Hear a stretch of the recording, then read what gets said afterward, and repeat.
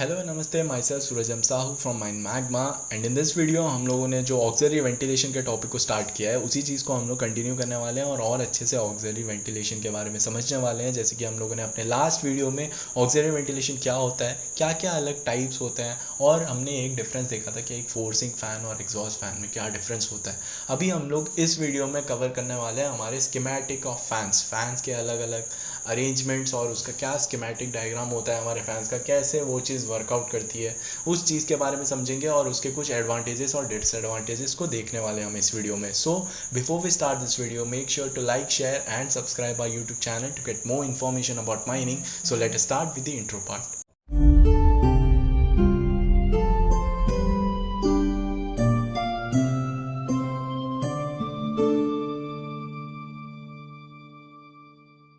Yes, तो अभी हम लोग इस वीडियो में हम लोग स्कीमेटिक ऑफ फैंस के बारे में डिस्कस करने वाले हैं। तो इसमें हम लोग तीन चीज़ों के बारे में देखेंगे। पहले वाले में हम लोग समझेंगे forcing system of auxiliary ventilation, फिर हम समझेंगे exhaust system of auxiliary ventilation, और तीसरा हम देखेंगे overlap type of auxiliary ventilation. इसमें हम लोग इसके स्कीमेटिक डायग्राम को देख के इसको समझने की कोशिश करेंगे कि ये वर्कआउट कैसे करता है, और फिर इसके कुछ एडवांटेजेस और डिसएडवांटेजेस को देख के हम इन चीज़ों में हम लोग क्या स्कीमेटिक ऑफ फैंस होते हैं ऑक्सिलरी वेंटिलेशन में उस चीज़ के बारे में समझने वाले हैं। सो पहले हम लोग स्टार्ट करते हैं हमारे forcing system of auxiliary ventilation में।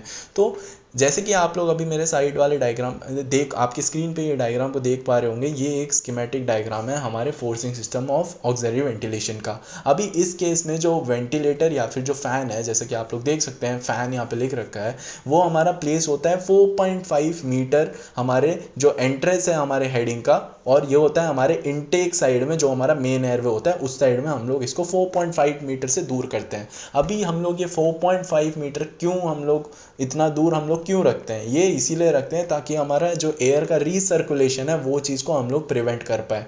अगर इस चीज़ को ना करें तो क्या हो सकता है कि अगर हम लोग मान लीजिए ये जो वेंटिलेटर है इसको हम लोग एंट्रेंस के बहुत पास लेके जाके रख दिए, तो ऐसी सिचुएशन में क्या होगा कि जो एयर हमारा वेंटिलेशन के थ्रू बाहर आ रहा है वो वापस इस फैन के थ्रू अंदर जा सकता है, और वापस इस फैन के थ्रू अगर अंदर चला गया तो ऑब्वियसली रिटर्न एयर कैसा होता है उसके बारे में हम लोगों ने लास्ट वीडियो में देखा था कि रिटर्न एयर ऐसा होता है कि उसमें सारी इम्प्योरिटीज़ होती है। तो ऑब्वियसली वो वर्कर्स जो भी हैं उन लोगों को ऐसी सिचुएशन में डाल देगा जहाँ पे उन लोगों को लिए बहुत ही मुश्किल हो जाएगा, और हम लोग बोल सकते हैं बहुत ही हार्मफुल होता है इन नेचर।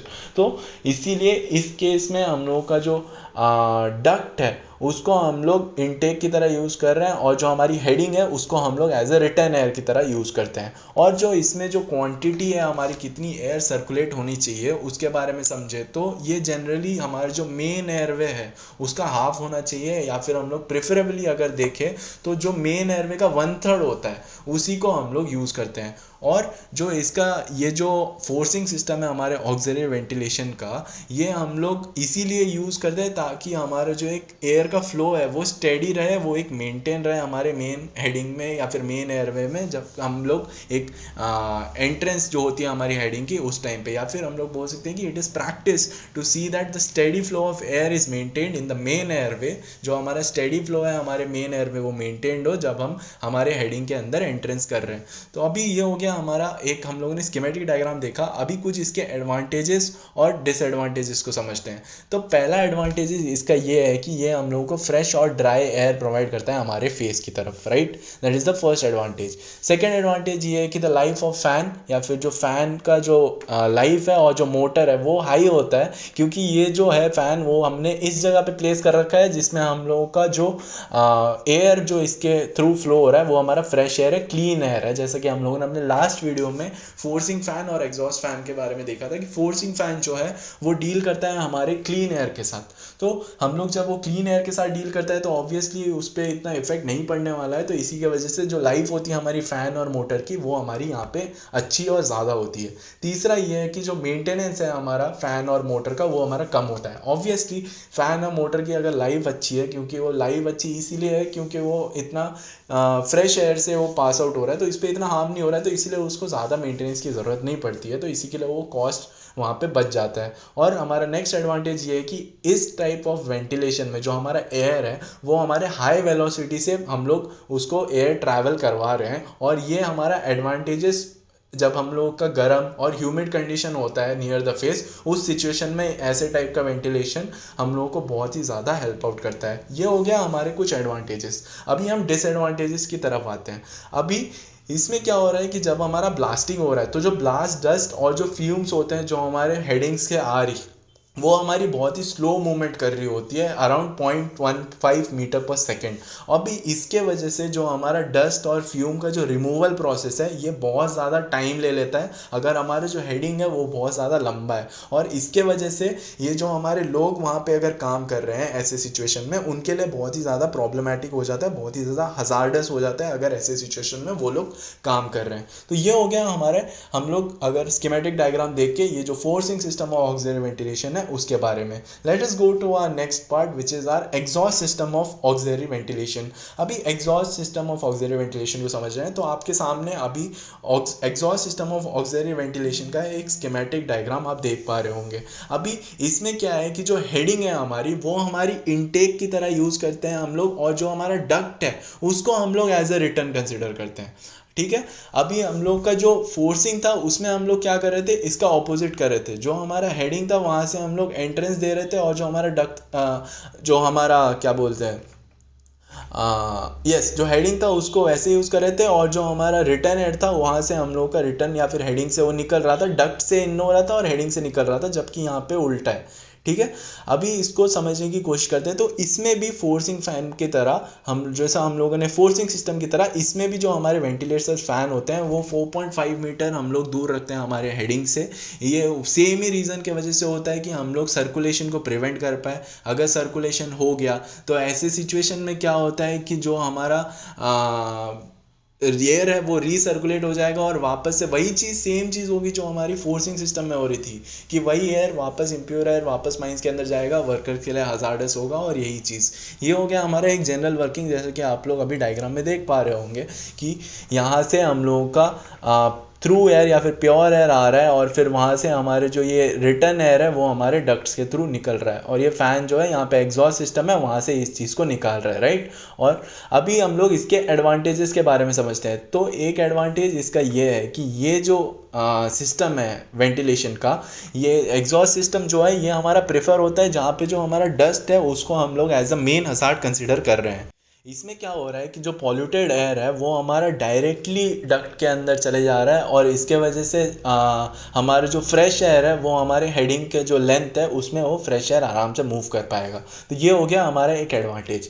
इसके डिसएडवांटेजेस अगर हम देखें तो इसका पहला डिसएडवांटेजेस ये है कि इस सिस्टम में जो हमारा एयर ट्रैवलिंग हो रहा है हमारे फेस की तरफ, ये वहाँ पे जाके बहुत सारे गैसेस और मॉइस्चर को अपने साथ वो पिकअप कर लेता है। जैसे कोई भी एक्सपोज डेटा है वहाँ से वो गैसेस और जो भी मॉइस्चर है उसको पिकअप कर लेगा। ये हमारा एक डिसएडवांटेज है। ये जो वेंटिलेशन सिस्टम है ये वहाँ पे सूटेबल नहीं है जहाँ पे सब्सटेंशियल एमिशन ऑफ फायर डैम्प है। अभी इस चीज़ को समझने की कोशिश करें। जो हायर कॉन्सेंट्रेशन ऑफ गैस होता है एग्जॉस्ट वेंटिलेशन के साथ, वो ऐसी जगह पे होता है जहाँ पे शॉर्ट फायरिंग को हम लोग कैरी आउट करते हैं, या फिर जहाँ पे बहुत सारे इलेक्ट्रिकली ड्रिवन इक्विपमेंट्स होते हैं। अगर ऐसे सिचुएशन में ऑक्सिलरी फैन बंद हो जाए, जो कि टाइम टू टाइम बंद होता है, तो ऐसे टाइम पे जो हमारा फायर डैम्प है वो हमारे हायर कॉन्सेंट्रेशन के साथ हमारे हेडिंग में अक्यूमुलेट होने लगेगा, और इस गैस को निकालने के लिए हम लोगों को फैन के थ्रू ही, विदाउट फैन के थ्रू ही निकाल नहीं सकते हम लोग। मतलब कि ये जो गैस है it can not be remove from the heading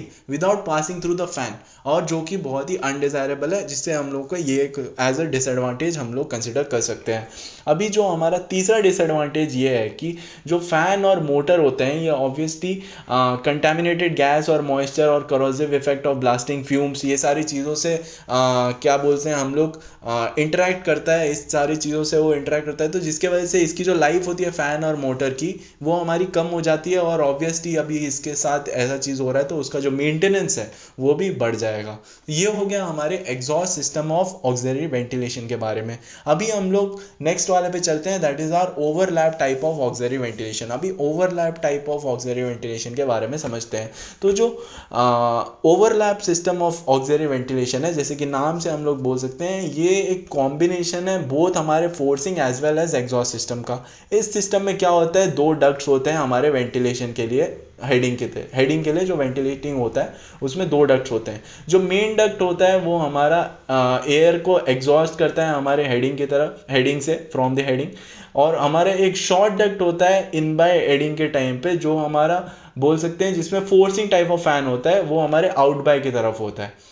और हम लोग को इसी चीज़ को, अगर हम रीसर्कुलेशन को प्रिवेंट करने के लिए, इसमें भी जो फैन है उसको हम लोग एटलीस्ट 4.5 मीटर, और हम लोग बोल सकते हैं at up to 10 metre out by of the end of the suction duct, इस चीज़ को हम लोग प्लेस करते हैं, जैसा कि आप लोग अभी मेरे सामने डायग्राम पे देख पा रहे होंगे। अभी इस चीज़ का एडवांटेज और डिसएडवांटेज देखते हैं। पहला एडवांटेज इसका ये है कि इसमें वही सारे एडवांटेजेस और डिसएडवांटेजेस है जैसे कि हम लोगों ने अपने पिछले फोर्सिंग सिस्टम और एग्जॉस्ट सिस्टम में देखा था, क्योंकि हमारा जो overlap system of auxiliary ventilation है वो ऑब्वियसली एक कॉम्बिनेशन हमारे forcing system of auxiliary ventilation का और exhaust system of auxiliary ventilation का। तो ऑब्वियसली जो एडवांटेजेस होंगे वो भी हमारे सेम होंगे। अभी डिसएडवांटेजेस के बारे में देखें तो इसमें जो है हमारे पैसे थोड़े से हम लोग बोल सकते हैं बढ़ जाता है, क्योंकि हम लोगों का जो 2 डक्ट है वो दोनों डक्ट का मेंटेनेंस करना पड़ता है एज वेल एज एक्सटेंशन करना पड़ता है। ये हो गया हमारा पहला डिसएडवांटेज। दूसरा डिसएडवांटेजेस हम लोग ये बोल सकते हैं कि अगर कोई रीज़न से हमारा जो एग्जॉस्ट फैन है वो हमारा बंद हो जा रहा है और जो हमारा इन बाय फोर्सिंग फैन है वो कंटिन्यू कर रहा है रन, मतलब वो अभी भी काम कर रहा है, तो ऐसे टाइम पे एक पॉसिबिलिटी होती है कि एक डेंजरस कॉन्सेंट्रेशन बन जाए हमारे फायर ड्राम का फेस के टाइम पे। और ये जो डिसएडवांटेज है ये तभी ओवरकम हो पाएगा जब हम लोग पावर सप्लाई को इंटरलॉक करके जो 2 फैंस है उसको मेन ऑक्सिलरी फैन को बंद करके और हमारे जो इन बाय फैन है उसको भी बंद कर दिया जाए। ये हम लोग बोल सकते हैं कि ये हमारा 2 डिसएडवांटेजेस था हमारे overlap type of auxiliary ventilation का। सो आई होप यू अंडरस्टूड, जिसमें हम लोगों ने 3 स्कीमेटिक्स देखे हम लोगों ने ऑक्सिलरी वेंटिलेशन के। पहले हमने forcing system of auxiliary ventilation देखा, फिर हमने exhaust system of auxiliary ventilation देखा, और फिर हमने overlap type of auxiliary ventilation के बारे में समझा। ये 3 स्कीमेटिक हम लोगों ने समझा। सो I hope you understood this part. If you guys are having any doubt, please drop your questions in our comment section. We'll get back to you, and thank you from Mind Magna.